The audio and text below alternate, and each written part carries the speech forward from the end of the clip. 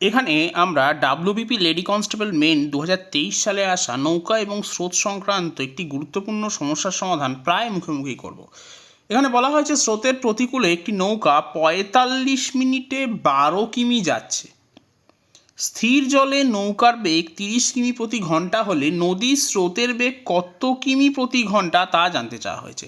এখন যেহেতু স্রোতের প্রতিকূলে 45 মিনিটে যাচ্ছে 12 কিমি, তাহলে 60 মিনিটে যাবে 12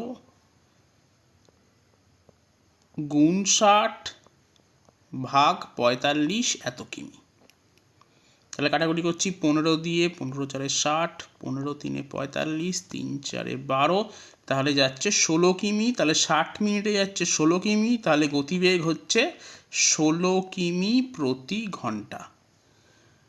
এখন দেওয়া আছে যে স্থির জলে নৌকার বেগ 30 কিমি প্রতি ঘন্টা, তাহলে স্রোতের বেগ হবে 30 বিয়োগ 16, তার মানে 14 কিমি প্রতি ঘন্টা। তাহলে অপশান এ হবে আমার সঠিক উত্তর।